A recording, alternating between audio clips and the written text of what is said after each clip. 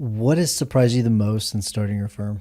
Probably the difference in the attorneys on the transactional side compared to the all the attorneys that I had, or not all, but a lot of the attorneys that I had known from litigation. Yeah. Because I do not think that they ones that I had gone to court with and, knew for years would be as helpful as the ones that I've met. And also as helpful, even knowing that, we're essentially competitors.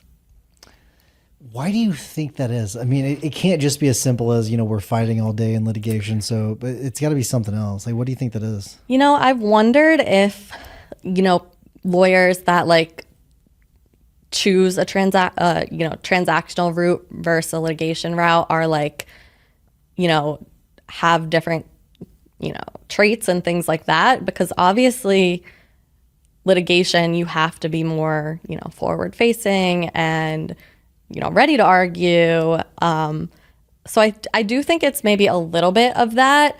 But I'm not sure. Like maybe it's transactional, or at least to me, transactional seems like it's lower stress. So maybe that plays into it as well. But also I think the environment, because when you're transactional, you're not as day to day seeing the same people in court, even dealing with judges. Like I've had judges scream at me for most of, once I got screamed at by a judge because I walked into court with my winter jacket on. I was like, it was snowing. I was cold. I did not know that this was an offense.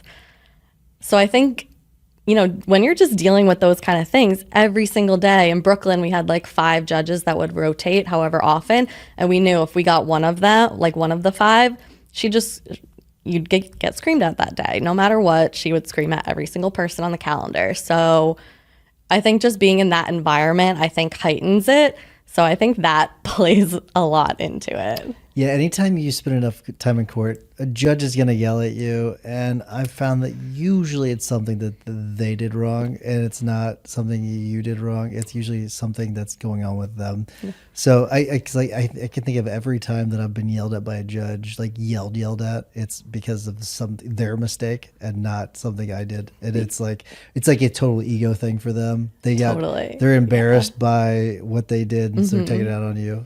So yeah, I can relate to that.